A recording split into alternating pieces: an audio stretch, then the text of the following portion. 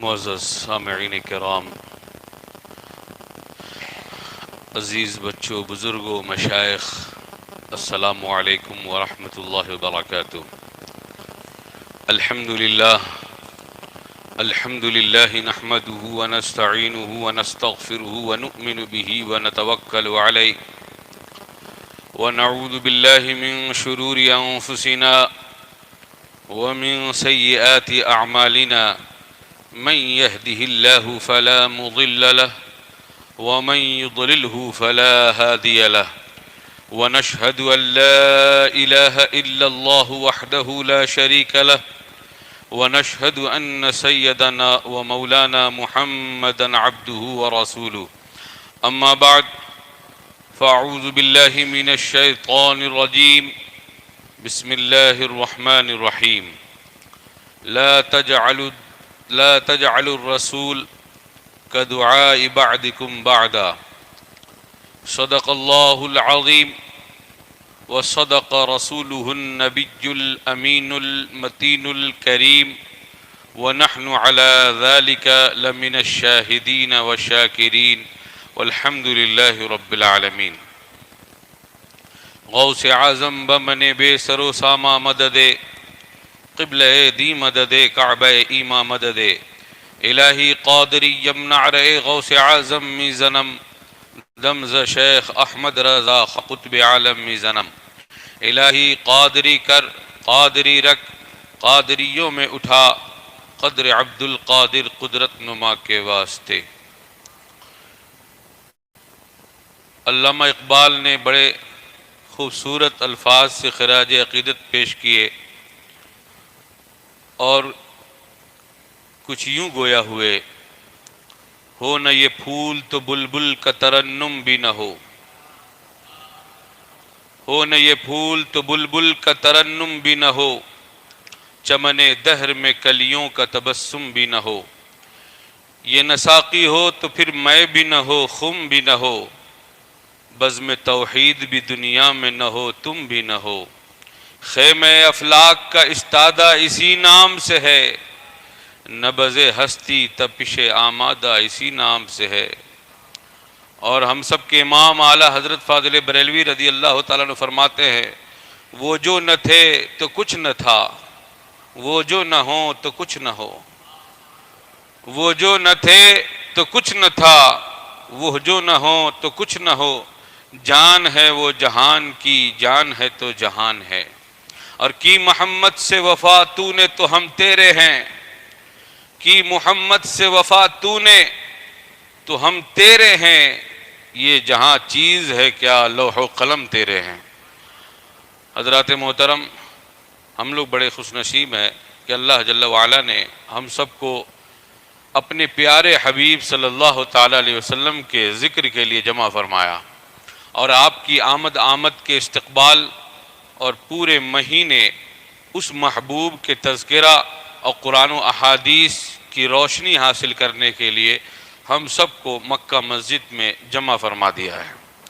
یہ اس کا کرم ہے، احسان ہے، ورنہ کہاں ہم بے مایہ اور سراپا تقصیر لوگ اس قابل نہیں کہ اس ذات والا صفات کا نام لے سکیں، ان کی ذکر کی محفل میں بیٹھ سکے.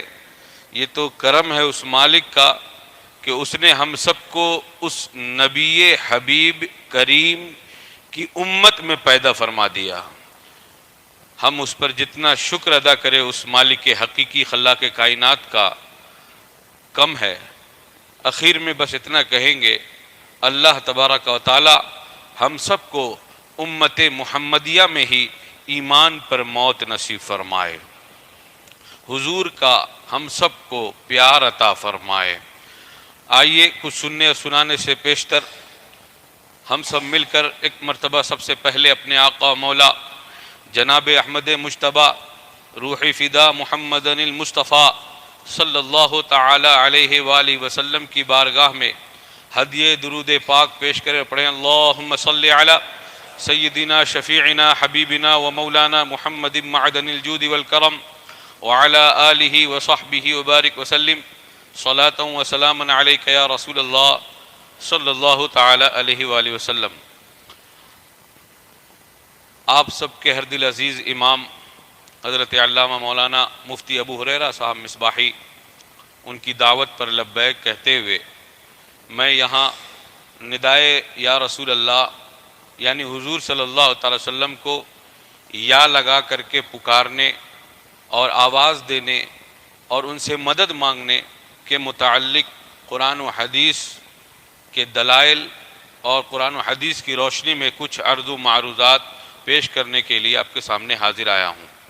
ہماری سرپرستی فرما رہے ہیں اس مسجد کے امام حضرت علامہ حافظ فہیم صاحب قبلہ مد ظلہ العالی والنورانی، اور آپ تمام لوگوں کی دعاؤں کے صدقے انشاءاللہ الرحمن امید ہے کہ ندائے یا رسول اللہ کے موضوع پر اپنی طرف سے زندگی میں پہلی بار کچھ بولنے کی جسارت کر رہا ہوں۔ آئیے اپنے موضوع کی طرف چلتے ہیں، اس سے پہلے تھوڑی سی بات سمجھ لیں۔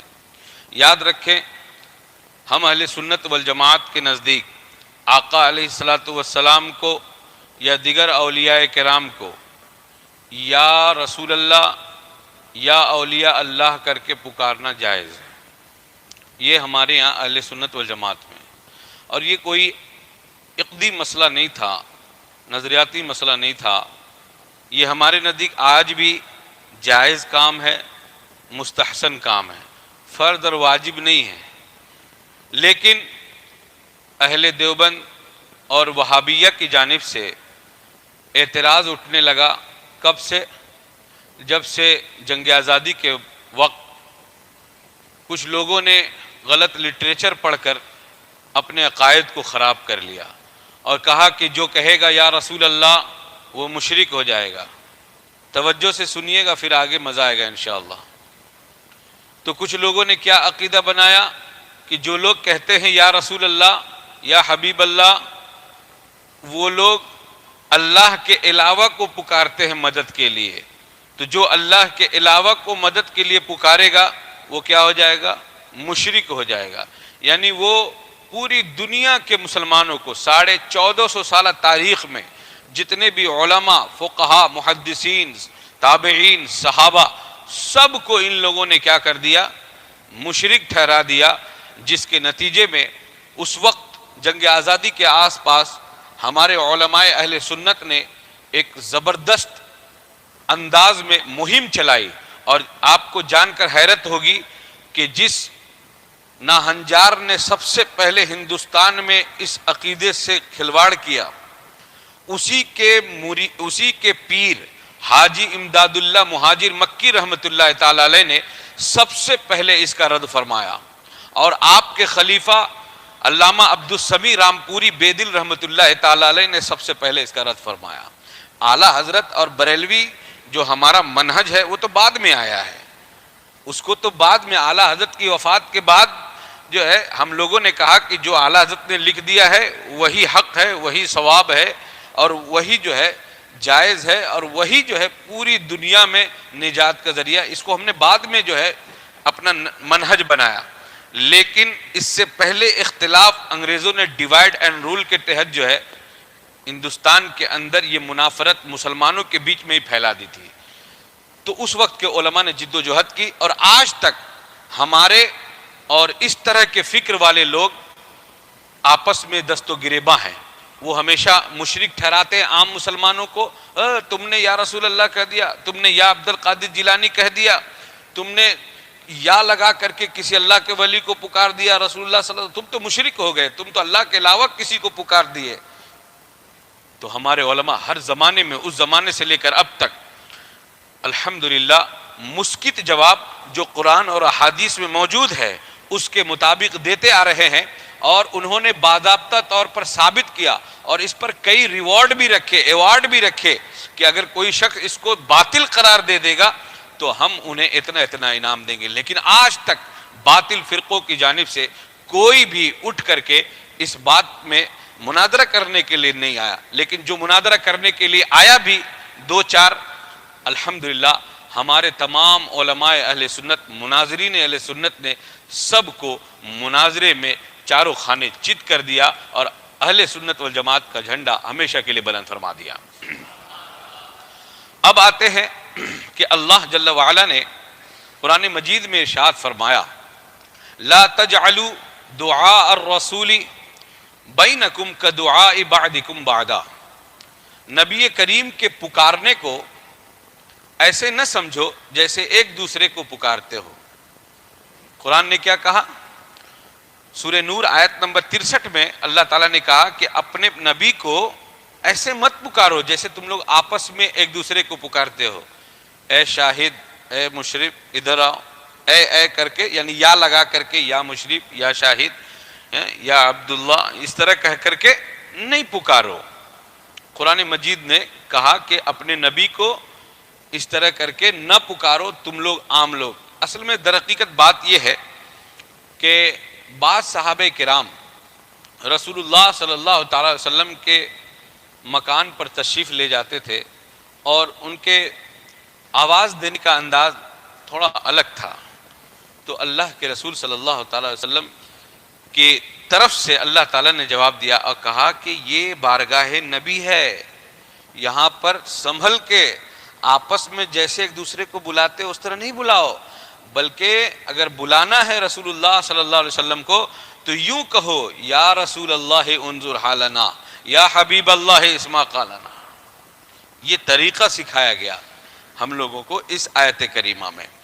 اب دیکھیے اس آیت کی تفسیر میں علماء کیا فرماتے ہیں۔ سب سے پہلے تفسیر بیضاوی کے جو مصنف ہیں، یاد رکھیے گا قرآن کی تفسیر کرنے جا رہے ہیں، تفسیر قرآن کا ترجمہ تشریح بتانے جا رہے ہیں تفسیر سے، اس کے بعد پھر حدیث پہ آئیں گے۔ تفسیر بیضاوی کے اندر علامہ بیضاوی رحمۃ اللہ تعالی علیہ فرماتے ہیں کہ اللہ تبارک و تعالی نے اس آیت میں امت کو تعلیم دی کہ بِأَن تَقُولُوا یا رسول اللہ یا حبیب اللہ، کہ تم لوگ اپنے نبی کو ایسے نہیں پکارو جیسے آپس میں پکارتے ہو، بلکہ یوں پکارو یا رسول اللہ یا حبیب اللہ۔ دوسری تفسیر جو علامہ بیہقی رحمۃ اللہ تعالی علیہ نے کی ہے، آپ نے بھی سیم یہی بات ارشاد فرمائی، کہا کہ اپنے نبی کو نام لے کر کے یا اپنے جیسے آپس میں ایک دوسرے کو بلاتے ہو اس طرح نہیں بلاؤ، بلکہ یا رسول اللہ اور یا حبیب اللہ کہہ کر کے بلاؤ۔ اچھا، یہ بات جو ہم ابھی بیان کر رہے ہیں کتنی کتابوں میں موجود ہے کہ اپنے نبی کو کیسے پکارو؟ یا رسول اللہ، اے اللہ کے رسول۔ اس کو سماعت کر لیں۔ سب سے پہلے تفسیر بیضاوی کے اندر، اس کے حاشیے کے اندر موجود ہے، تفسیر ساوی میں موجود ہے جو جلالین پر حاشیہ موجود ہے، اسی طرح تفسیر جمل علی الجلالین کے اندر موجود ہے، تفسیر خازن کے اندر موجود ہے۔ علامہ بغوی رحمۃ اللہ تعالیٰ علیہ نے مصنف جو کہ مصنف ہیں شرح السنہ کے، انہوں نے اس کو معالم التنزیل میں بیان کیا۔ علامہ زمخشری نے کشاف کے اندر، تفسیر کشاف سب سے پرانی تفسیر کی اور ماخذ اور مصدر کی حیثیت رکھتی ہے، اس میں بھی علامہ کشاف نے اس کو بیان کیا ہے، علامہ شوکانی نے اس کو بیان کیا ہے، علامہ ابن جوزی نے اس کو بیان کیا ہے، اور تفسیر طبری کے اندر علامہ جریر طبری رحمۃ اللہ تعالی علیہ نے بیان کیا ہے۔ تفسیر کبیر کے اندر علامہ امام رازی نے بھی سیم یہی بات نقل کی ہے۔ تفسیر مظہری کے اندر علامہ مظہری نے بھی اس کو بیان کیا ہے، قاضی ثناء اللہ پانی پتی نے بیان کیا۔ تفسیر قرطبی میں علامہ امام قرطبی رحمۃ اللہ تعالی علیہ نے بیان کیا۔ اس کے علاوہ پوری 1400 سال میں اوپر سے لے کر کے اب تک جب سے تفسیر لکھی جا رہی اب تک جتنے بھی علماء آئے ہیں سب نے الحمدللہ اس کی تفسیر جب بھی کی ہے تو یہی کہا ہے، اپنے نبی کو اس آیت میں جو فرمایا گیا اپنے نبی کو نام لے کر یا بےڈنگا پن جیسے تم آپس میں کرتے ہو اس طرح سے نہ بلاؤ، بلکہ یا رسول اللہ اور یا حبیب اللہ کہہ کر کے بلاؤ، یہ بتایا گیا۔ اب دیکھیے، اب دوسری آیت قرآن مجید فرقان حمید برہان رشید میں اللہ تبارک و تعالیٰ نے ارشاد فرمایا، بہت مشہور آیت ہے، ان اللہ و ملائکتہ یصلون علی النبی یا ایھا الذین آمنوا صلوا علیہ وسلموا تسلیما۔ امام بیہقی رحمۃ اللہ تعالی علیہ تفسیر کر رہے ہیں اس آیت کی، فرماتے ہیں امام بیہقی رحمۃ اللہ تعالی علیہ اس آیت کی تفسیر میں کہ وَأَمَّا التَّسْلِيمُ فَهُوَ أَن يُقَالَ السَّلَامُ عَلَيْكَ أَيُّهَا النَّبِيُّ عَلَيْكَ يَا رسول اللہ صلی اللہ تعالی علیہ وسلم۔ کیا مطلب کہ امام بیہقی کہتے ہیں اس آیت کی تفسیر میں جو لکھا ہے نا صلو علیہ وسلموا تسلیما، کہ حضور پر درود بھیجو اور خوب خوب سلام بھیجو، اس کا مطلب یہ ہے کہ بارگاہ رسالت میں سلام عرض کرنے کی تمہاری جو کیفیت اور صورت ہو وہ یوں ہو کہ جب آپ جب بھی سلام کرو اللہ کے رسول صلی اللہ علیہ وسلم کی بارگاہ میں تو یوں کہو السلام علیک ایھا النبی وعلیک یا رسول اللہ صلی اللہ تعالی علیہ وسلم۔ کیا فرمایا کہ السلام علیک ایھا النبی کہو، جو ہم لوگ کہاں پڑھتے ہیں؟ التحیات میں پڑھتے ہیں، اور فرمایا یوں بھی کہو وعلیک یا رسول اللہ صلی اللہ تعالی علیہ وسلم۔ امام بخاری رحمۃ اللہ علیہ نے، اب یہاں سے حدیث شریف کی طرف بڑھتے ہیں، دو آیت سماعت کر لی آپ لوگ۔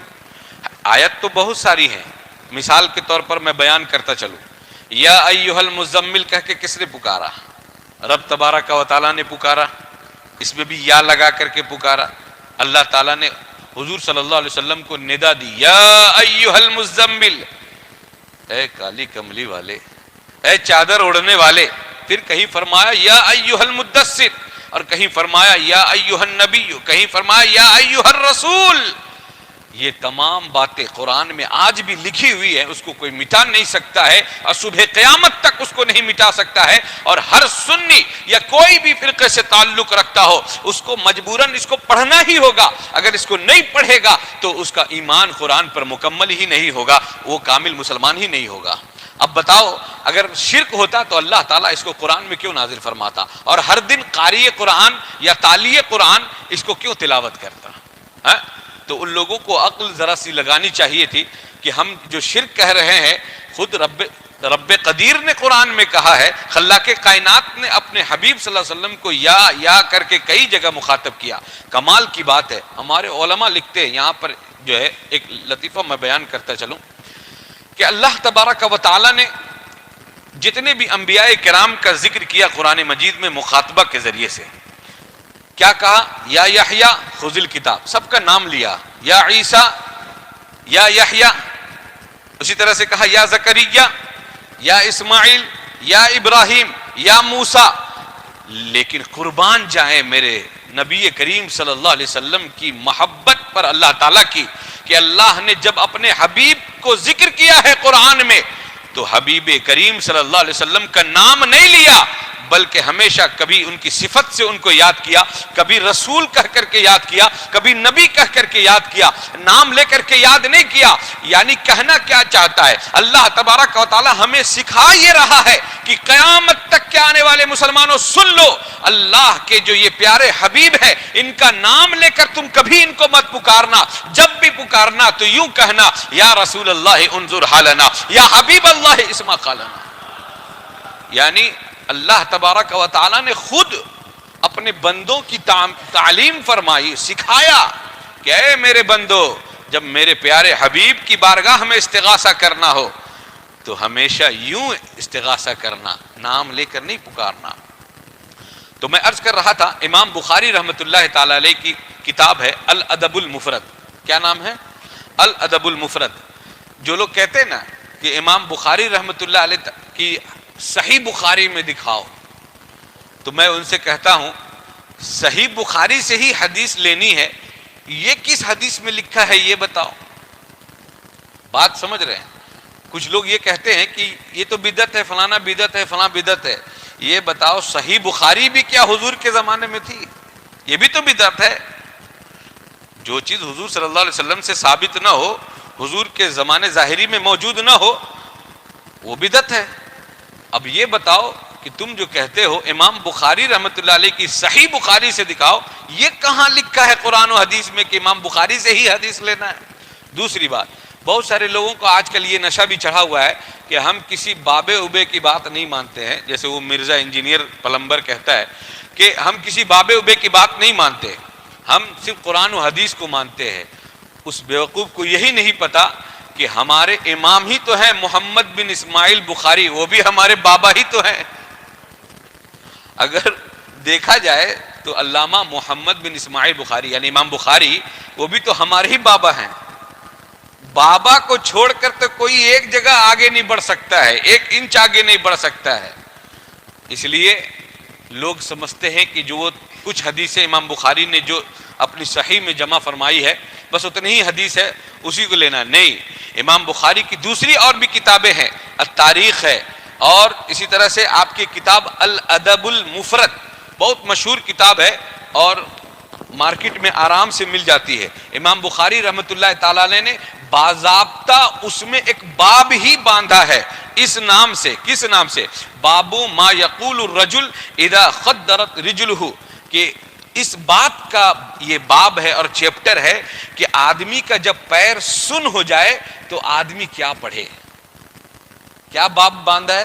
یعنی ہیڈنگ ہی ڈالی ہے امام بخاری نے کہ آدمی کا جب پیر سن ہو جائے تو اس کو کیا پڑھنی چاہیے، کیا کرنی چاہیے۔ قربان جائیں، ایسا لگتا ہے کہ امام بخاری کا عقیدہ بھی وہی ہے جو آج ہم بریلویوں کا عقیدہ ہے۔ امام بخاری کا بھی عقیدہ وہی ہے جو ہم 1450 سال میں ہم اہل سنت والجماعت کا عقیدہ ہے۔ امام بخاری کا بھی وہی عقیدہ ہے جو صحابہ کرام کا عقیدہ ہے، اہل بیت کا عقیدہ ہے، جو تابعین کا عقیدہ ہے، تبع تابعین کا عقیدہ ہے۔ تبھی تو ہیڈ لائن بھی باندھ رہے ہیں، چیپٹر کا جو ہے سرخی بھی لگا رہے ہیں چیپٹر میں، تو یہی کہہ رہے ہیں کہ آدمی کا جب پیر سن ہو جائے تو اس کو کیا کرنا چاہیے، کیا پڑھنا چاہیے۔ اور حدیث شریف جو لائے ہیں، قربان جائیں، حدیث شریف سنیں۔ یہ حدیث حدثنا ابو نعیم حدثنا سفیان قال حدثنا ابو اسحاق قال حدثنا عبد الرحمن بن سعد قال خدرت رجل عبد الله بن عمر فقيل له اذكر احب الناس اليك فصاح يا محمد فانتصرت۔ یہ حدیث پوری سلسلے کے ساتھ لائے امام بخاری، پوری صحیح سند کے ساتھ۔ کیسے؟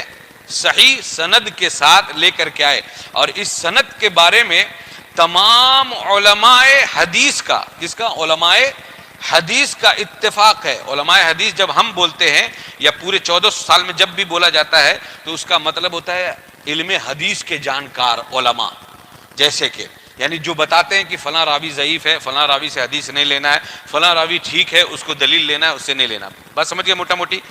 اب دیکھیے اس حدیث کو اور اس کی سند کو کتنے علماء نے صحیح کہا ہے۔ اللہ اکبر۔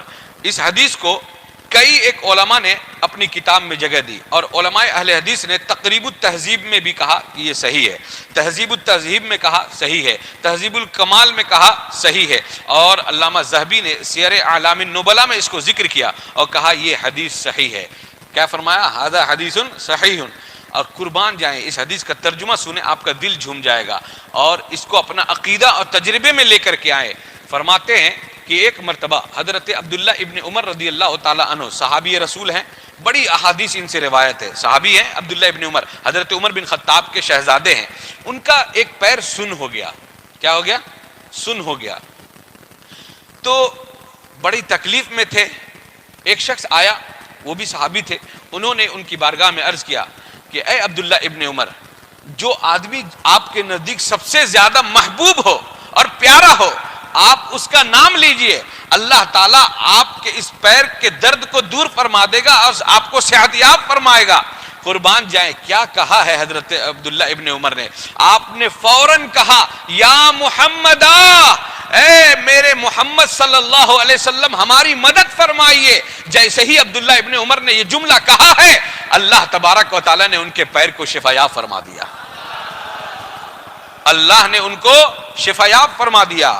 اچھا قربان جائیں، اس عبارت کو، اس حدیث کو کئی ایک علماء نے پیش کیا ہے، چنانچہ شعب الایمان للبیہقی میں بھی، امام بہقی نے دلائل النبوہ میں بھی اس کو لائے۔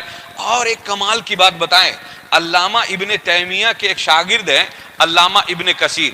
علامہ ابن تیمیہ وہابیوں کو بہت بڑا امام ہے، وہابی علامہ ابن تیمیہ کو چھوڑ کر کے آگے نہیں بڑھتا ہے۔ تو وہابیوں کے جو امام ہیں، ان کی کتاب میں البدایہ والنہایہ میں لکھا ہے کہ عبداللہ ابن عمر نے جیسے ہی کہا یا محمدہ، اللہ تعالیٰ نے ان کے پیر میں شفا عطا فرما دی، پیر کو شفا بخش دی۔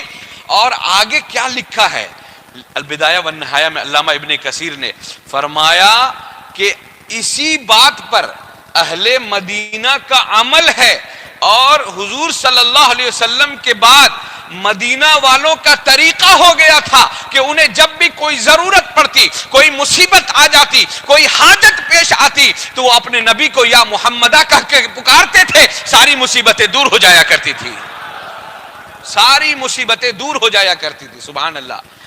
الفضل ما شہدت بہ الاعداء کی فضیلت اور بڑائی تو یہ ہے کہ دشمن کے گھر سے گواہی آ جائے.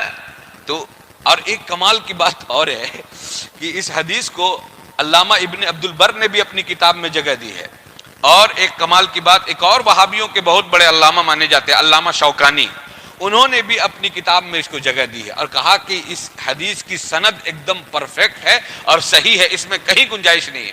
یہاں تک کہ ایک مولانا گزرے ہیں، اہل حدیث کے بہت بڑے امام ہیں، مولوی سرفراز کگڑی، وہ بہت کوشش کیا، ہاتھ پر مارے، لیکن اس حدیث کے اندر ذوف کا شائبہ بھی نہیں نکال پائے. قربان جائے. سمجھ گئے؟ تو آپ لوگوں سے میری گزارش ہے کہ عقیدہ پختہ ہونا چاہیے، لیکن عقیدت پختہ ہونی چاہیے، یقین آپ کا پختہ ہوگا اور اللہ جل وعلا پر کامل توکل ہوگا تو اللہ تبارک و تعالی آپ کو اس وظیفے کے ذریعے سے ضرور شفا یاب فرما دے گا. ورنہ وہی حال ہوگا کہ امام صاحب تقریر کیے اور تقریر کیے کہ بسم اللہ پڑھ کر کے جو ہے، بسم اللہ پڑھنے کی بہت فضیلت ہے، میری بھی عادت ہے، میں بسم اللہ پڑھ کر کے جو ہے اپنے گھر چلا جاتا ہوں ندی پار کر کے. ایک شخص دیکھا، ہاں اچھا امام صاحب جاتے ہیں، تو آیا امام صاحب کہ بسم اللہ ہی پڑھنا ہے کہ کچھ آگے پیچھے پڑھنا ہے؟ کہا نہیں، بس بسم اللہ پڑھتے پڑھتے جو ہے دریا پار کر جانا ہے. تو بولا آپ ایک بار دکھائیے. تو امام صاحب دکھا دیے کہ دریا پار کر کے بسم اللہ پڑھتے ہوئے. وہ شخص سوچا اچھا میں بھی کر لوں گا. دوسرے دن آیا اور بسم اللہ پڑھ کر کے جیسے ہی جو ہے قدم ڈالا ڈوب کے مر گیا. کیسے؟ اس کے اندر توکل نہیں تھا. اسی طرح سے حضرت جنید بغدادی رحمۃ اللہ تعالی علیہ کی بارگاہ میں جو ہے ایک شخص آیا، دیکھا کہ جو ہے آپ دریا پر مصلی بچھا کر کے نماز پڑھ رہے ہیں، تو اس نے کہا کہ مجھے بھی پار کرا دیجئے. حضرت نے فرمایا کہ نہیں تم پار نہیں ہو پاؤ گے، تم وہی رہو، تم کشتی سے آ جانا. لیکن پھر بھی وہ بضد ہوا.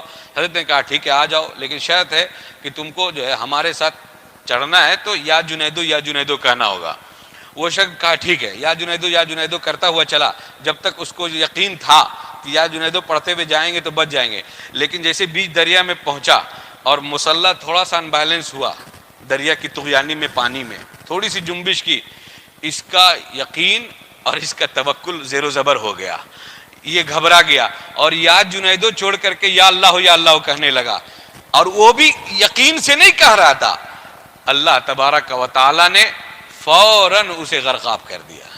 کہنے کا کیا مطلب ہے؟ اگر آدمی کو یقین کامل ہو، اگر پختہ یقین ہو، تو صرف اور صرف بسم اللہ الرحمن الرحیم میں اتنی برکت اللہ نے رکھی ہے کہ آدمی اگر اس کو پڑھ کر کے سمندر پار کرنا چاہے تو پار کر جائے گا.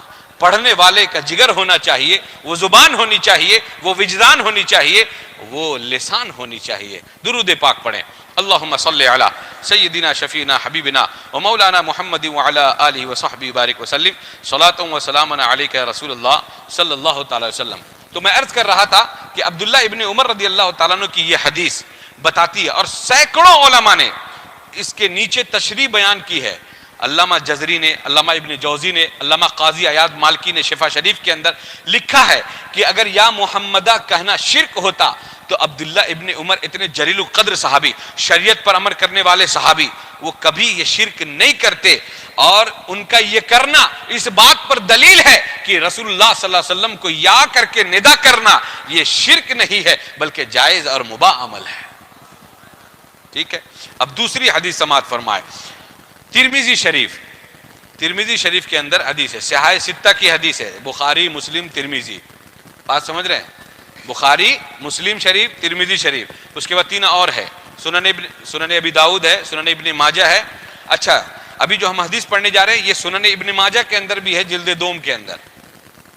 ابھی جو حدیث پڑھنے جا رہے ہیں سنن ابن ماجہ میں بھی ہے، ترمذی میں بھی ہے.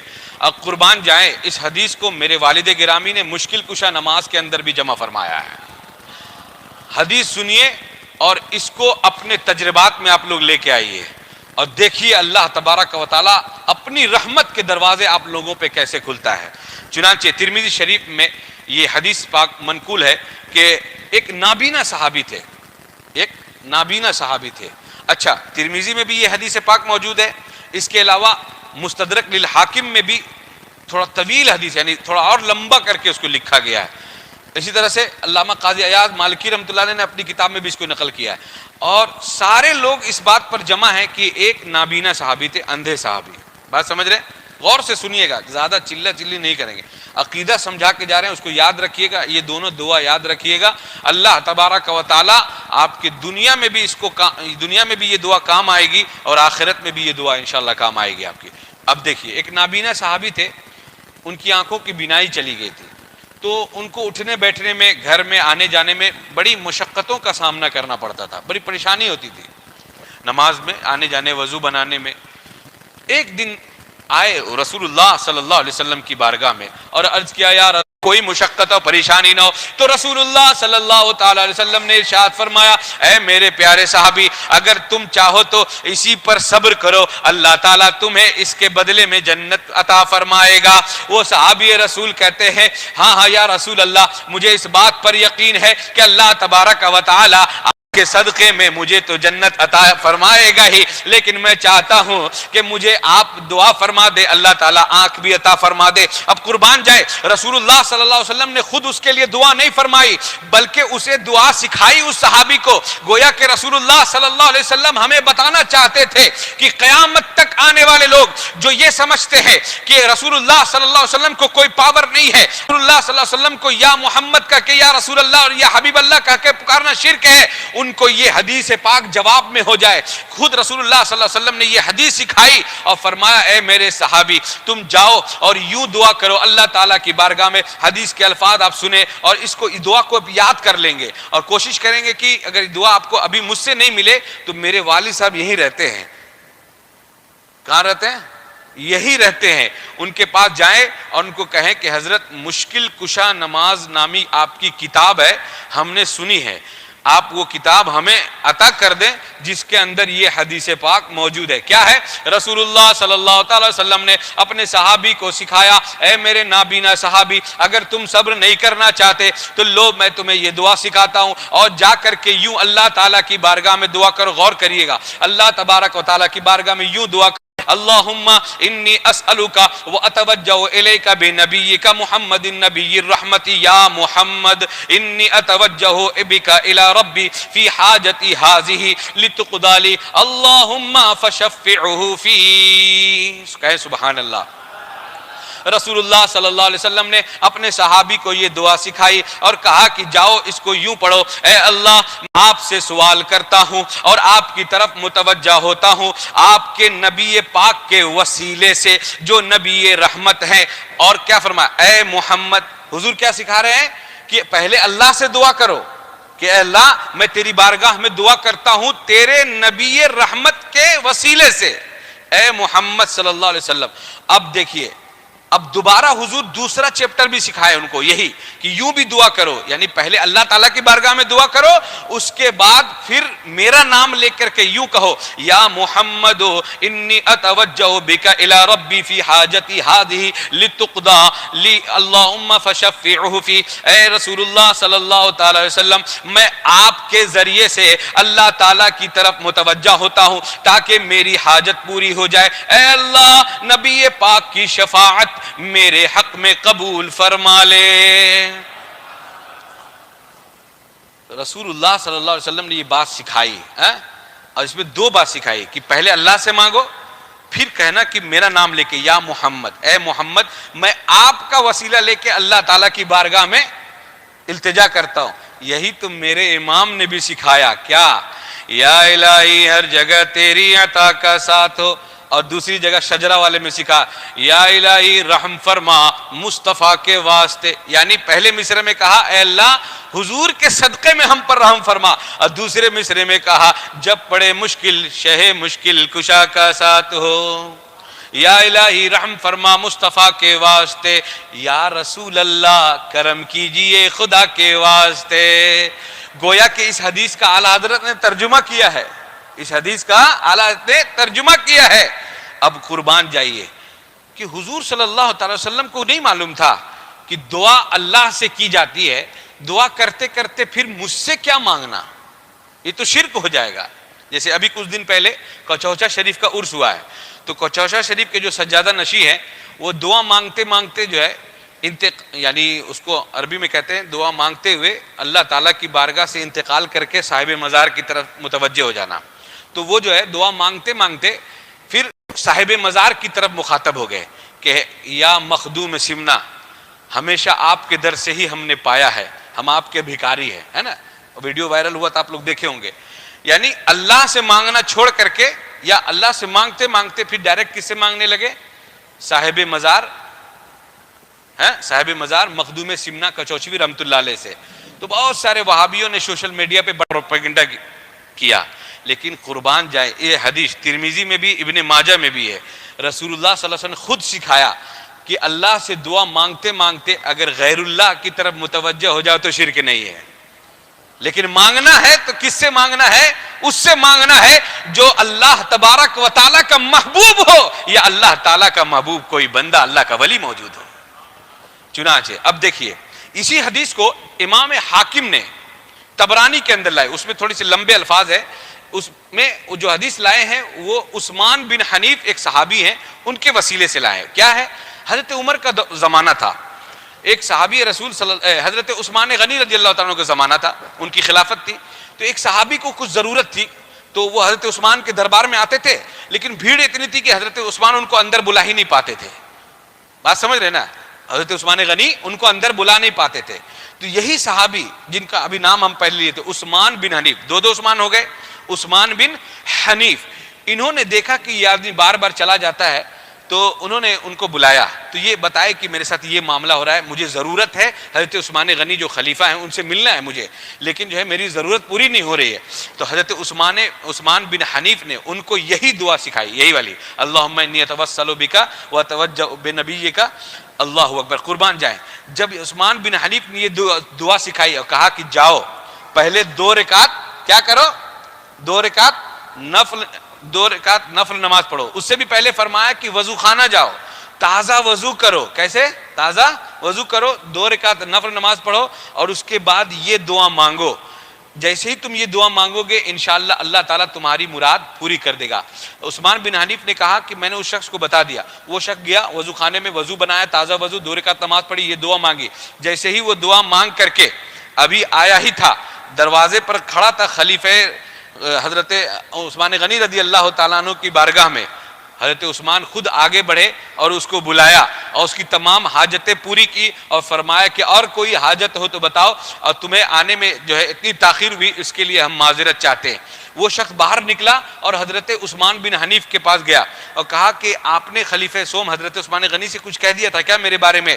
کہا نہیں، بلکہ میں نے تم کو جو دعا بتائی ہے میں نے یہ دعا خود رسول اللہ صلی اللہ علیہ وسلم کو بتاتے ہوئے دیکھا تھا.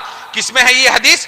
علامہ طبرانی نے موجم میں اس حدیث کو لایا، کہا کہ یہ حدیث پاک امام بخاری اور امام مسلم کے صحیح کے شرط پر موجود ہے.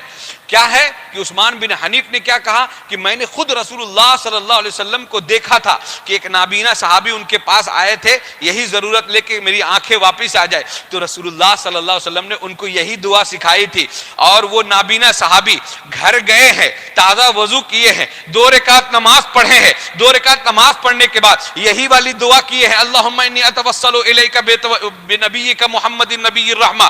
جیسے ہی وہ صحابی یہ دعا کرتے ہیں اور دوبارہ پھر حضور صلی اللہ علیہ وسلم کی بارگاہ میں جیسے ہی آتے ہیں، اللہ تبارک و تعالی نے کیا کرشمہ کیا، اس دعا کی برکت سے اللہ تعالیٰ نے اس نابینا صحابی کو آنکھ عطا فرما دی. اللہ تعالیٰ نے اس نابینا صحابی کو آنکھ عطا فرما دی. جائیں میرے بزرگوں، اگر یا محمد کہہ کر دعا مانگنا اور اللہ کے علاوہ کسی کو یا محمد یا اولیاء یا ولی اللہ پکارنا شرک ہوتا تو کیا میرا نبی کبھی کسی کو سکھاتا کہ تم شرک کرو؟ ہیں؟ قربان جائے میرے بزرگوں، اس حدیث سے بھی ثابت ہوا کہ غیر اللہ کو یا کر کے پکارنا یہ شرک نہیں ہے. ٹھیک ہے، بات سمجھ میں آ گئی؟ اور ایک بات سنیں، درود شریف پڑھ لے پہلے. اللہم صلی علی سیدنا شفیعنا حبیبنا مولانا محمد وعلی آلہ وصحبہ وبارک وسلم صلاۃ و سلام علیک یا رسول اللہ صلی اللہ تعالی وسلم. اس کے علاوہ یہ تو میں نے صرف ابھی آپ کو خارے جو ہے کچھ بتائے ہیں، یعنی کچھ مثال دی، سیمپل دی ہے. ورنہ اس کے علاوہ حدیث پاک میں سینکڑوں جگہ پر اس کے بارے میں لکھا ہے کہ اچھا خود حدیث شریف میں ہے، مشکات شریف کی حدیث ہے کہ اللہ کے رسول صلی اللہ علیہ وسلم نے خود سکھایا کہ جب تم کہیں جنگل میں راستہ بھول جاؤ، کہیں پر جنگلوں میں، بیابانوں میں، صحرا میں کہیں جگہ کسی جگہ جاؤ اور راستہ بھول جاؤ تو صرف اتنا کہو، یا عباد اللہ، اے اللہ کے بندو، فاعینونی، میری مدد کرو، او اعینونی، کیا کرو؟ میری مدد کرو۔ کس نے سکھایا؟ یہ حدیث پاک رسول اللہ صلی اللہ علیہ وسلم نے اپنے صحابہ کو سکھایا۔ اس حدیث کی شرح میں امام نووی رحمۃ اللہ تعالی علیہ نے الاذکار میں بڑی خوبصورت بات لکھی، کہا کہ آج بھی اگر کوئی آدمی جنگلوں میں، بیابانوں میں، صحرا میں یا کہیں بھی گم ہو جائے، اس کو راستہ نہ ملے، تو اپنا منہ جنگل اور بیابان اور صحرا کی طرف منہ کر کے یہ کہے، یا عباد اللہ اعینونی، اے اللہ کے بندو میری مدد کرو۔ تو امام نووی فرماتے ہیں کہ رجال الغیب ہوں یا جنات مسلمان ہوں، آج بھی اللہ تبارک و تعالیٰ کے عطا سے اس بندے کی مدد کے لیے پہنچ جاتے ہیں۔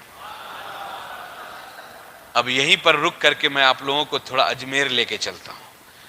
آج بھی اجمیر میں اگر کوئی بندہ بھلا جائے تو صرف یہی دعا پڑھے، یا پھر یا عبداللہ البیابانی اغیثونی کہے کہ اے عبداللہ بیابانی میری مدد فرمائیے، تو خواجہ اجمیری کے جو شاگرد ہیں، جو پہلے جوگی جے پال تھے، بعد میں جن کا نام عبداللہ بیابانی ہوا، آج بھی اس بندے کے پاس پہنچتے ہیں، اس کی مدد کرتے ہیں، اسے راستہ دکھا کر اسے گھر تک پہنچا دیتے ہیں۔ آج بھی یہ مشاہدے میں ہے اور تجربے میں ہے، ٹھیک ہے؟ تو یہ 3 حدیث ہو گئی۔ چوتھا مسلمانوں کا عمل بتاتے ہیں۔ البدایہ والنہایہ میں علامہ ابن کثیر جو کہ اس شاگرد ہیں علامہ ابن تیمیہ، اور علامہ ابن تیمیہ کے بارے میں بھی ہم نے بتایا تھا جو وہابیوں کے کیا ہیں؟ امام ہیں۔ علامہ ابن کثیر نے لکھا ہے کہ جب جنگ یمامہ ہوئی، اب جنگ یمامہ آپ لوگ تو جانتے ہیں کہ جس میں وہ منحوس تھا مسیلمہ کذاب، جس نے کہا تھا کہ میں نبی ہوں، نبوت کا دعویٰ کیا تھا، جانتے ہیں نا؟ جنگ یمامہ میں جب مسلمان ادھر سے لڑ رہے تھے اور ادھر سے بھی جو ہے وہ لڑ رہے تھے، تو مسلمان نعرہ لگاتے تھے یا رسول اللہ یا نبی اللہ، تو ادھر سے بھی، کیونکہ وہ بھی نبی ہونے کا دعویٰ کیا تھا مسیلمہ کذاب، تو ادھر سے بھی جوش میں جو ہے نا وہ لوگ نعرہ لگاتے تھے یا نبی اللہ یا رسول اللہ۔ اب فرق کیسے ہو؟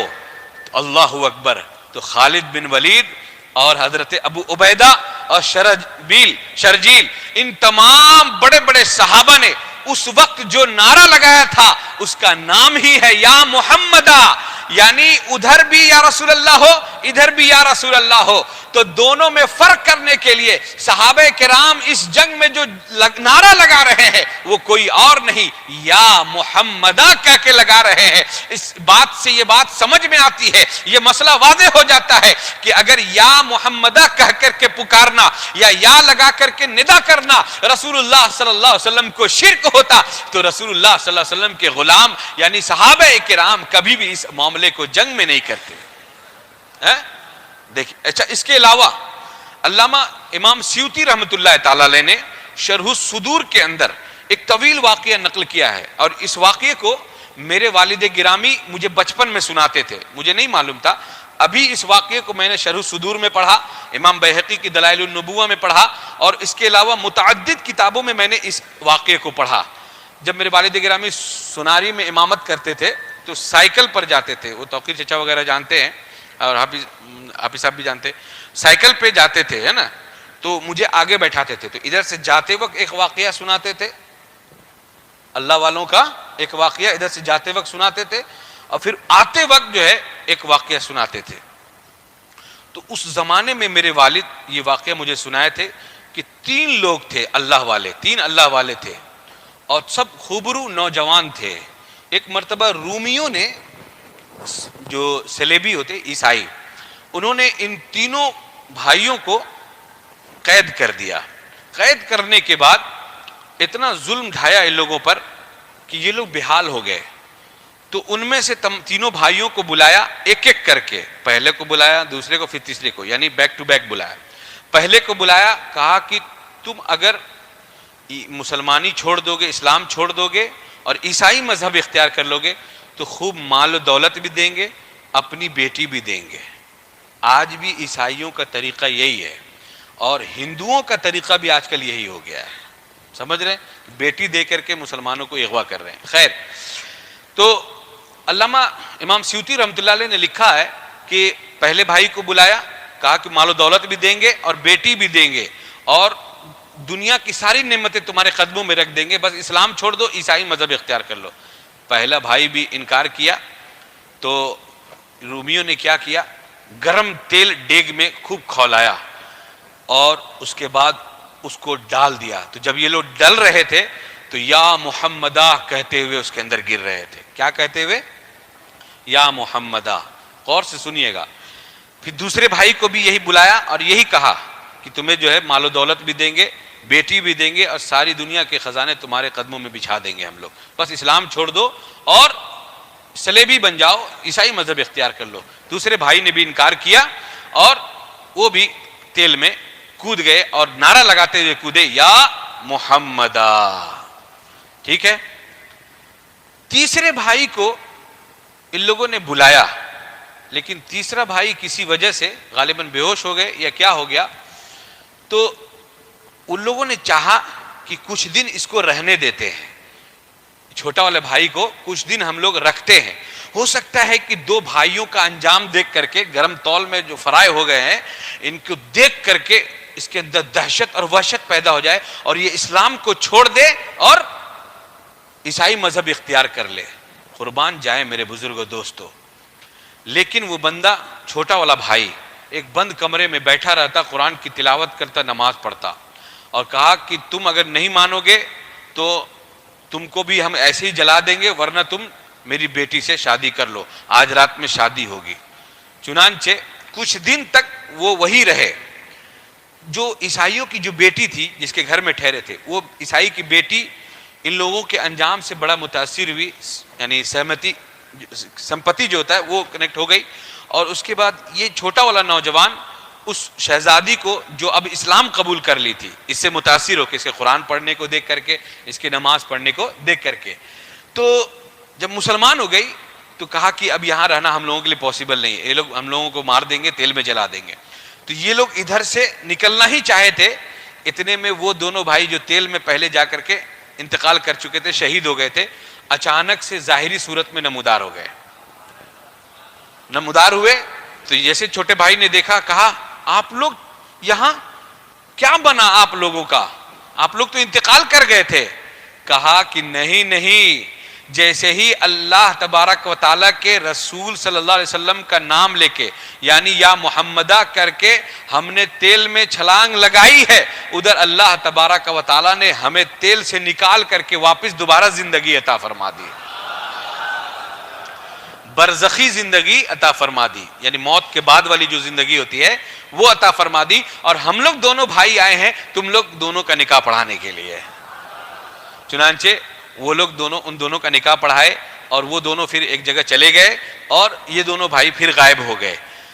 علامہ سیوطی نے شرح الصدور کے اندر اور دیگر دوسرے محدثین نے اس حدیث کو کوڈ کرنے کے بعد جو لکھا ہے کہ اگر یا محمدہ کہنا شرک ہوتا تو قرآن کا اعلان ہے، ان اللہ لا یغفر ان یشرک بہ شیئا، کہ اللہ تبارک و تعالی شرک کو کبھی معاف نہیں فرمائے گا۔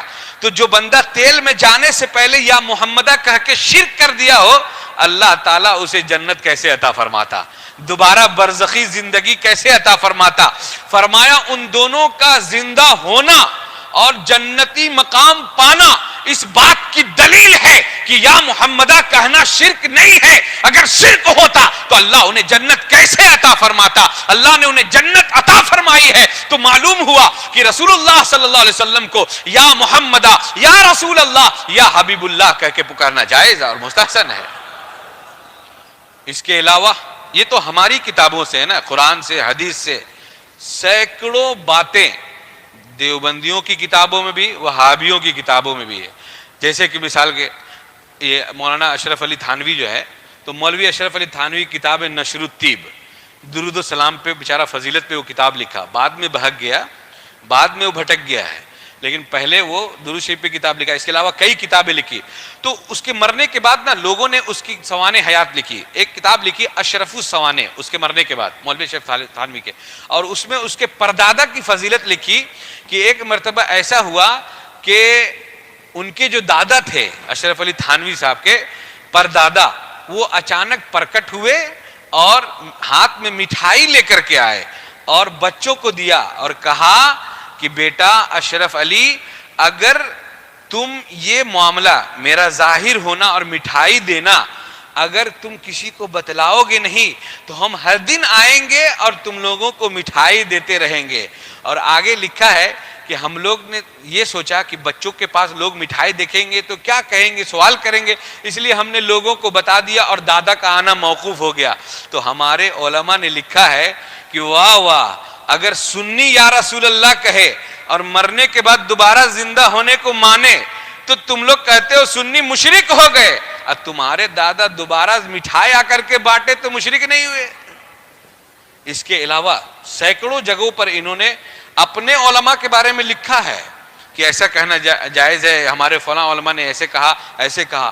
اچھا وہ چھوڑیے، روئے زمین پر کوئی ایسا مسلمان نہیں ہے جو نماز پڑھتا ہو اور نماز میں جب تشہد میں بیٹھتا ہو اور وہ یہ نہ کہتا ہو السلام علیکہ ایھا النبی، اے نبی آپ پر سلامتی ہو، جب تک کہ وہ اپنے نبی پر یہ اعتقاد رکھتے ہوئے کہ میں اپنے نبی کو ابھی سلام بھیج رہا ہوں، یہ عقیدہ رکھتے ہوئے اگر درود نہیں پڑھے گا، السلام علیکہ ایھا النبی نہیں کہے گا، ہمارے علماء فرماتے ہیں اس کا واجب ادا ہی نہیں ہوگا، اور واجب ادا نہیں ہوگا تو اس کی نماز ہی نہیں ادا ہوگی. تو لا محالہ السلام علیکہ ایھا النبی کہنا پڑے گا. اب یہاں پر رک کر کے ایک بات بتاتا ہوں، اس کے بعد بات ختم کروں گا. نماز کیا ہے؟ اللہ کی عبادت ہے. اور یہ لوگ کیا کہتے ہیں کہ یا نبی کہنے سے شرک ہو جائے گا. اب بتاؤ کہ ایک ہی نماز جو اللہ کی عبادت بھی ہے اور اسی نماز میں حضور سکھا رہے ہیں کہ پڑھو السلام علیکہ ایھا النبی، یعنی شرک کرو معاذ اللہ. ایسا پوسیبل ہے کیا؟ ان کی عقلیں گھاس چرنے گئی تھی جب یہ اعتراض کر رہے تھے. تھوڑا سا اگر کامن سینس لگا لیتے یہ وہابیہ اور دیابنا تو ان کو معلوم چل جاتا کہ رسول اللہ صلی اللہ علیہ وسلم ایک وقت ہمیں اللہ کی عبادت بھی سکھا رہے ہیں اور ساتھ ہی تشہد بھی سکھا رہے ہیں کہ جب تم میں سے کوئی تشہد میں بیٹھے تو التحیات یوں پڑھے، التحیات للہ والصلوات والطیبات السلام علیکہ ایھا النبی ورحمۃ اللہ وبرکاتہ. یہ سکھانا حضور کا اس بات کی دلیل ہے کہ ایک ہی نماز میں حضور کو یاد کرنا اور اللہ کی عبادت کرنا یہ شرک نہیں ہے بلکہ یہ عین نماز ہے، عین عبادت ہے. آج تک جتنے بھی مسلمان حضور صلی اللہ تعالی وسلم پر درود بھیجتے ہیں تو ان کے ذہن و دماغ میں یہی ہوتا ہے کہ ہم اللہ کی عبادت میں کھڑے ہیں، تو جہاں اللہ کی کبریائی بیان کر رہے ہیں تو جب ہم اللہ کی توحید اور کبریائی بیان کر رہے ہوتے ہیں اسی وقت حضور صلی اللہ علیہ وسلم بھی اس بارگاہ الہی میں موجود ہوتے ہیں. تبھی تو کہہ رہے ہیں نا السلام علیکہ ایھا النبی. اس کے علاوہ سینکڑوں احادیث میں یہ بات مینشن ہے، ظاہر ہے کہ ہمارے اور آپ کے پیارے آقا رسول اللہ صلی اللہ علیہ وسلم کو یا نبی اللہ یا رسول اللہ کہہ کے پکارنا جائز ہے، مستحسن ہے. جو شخص ایسا کہتا ہے وہ بدعتی ہے، گمراہ ہے. اسے چاہیے کہ اپنے عقیدے کا قبلہ درست کرے. استغفر اللہ ربی من کل ذنب واتوب الیہ.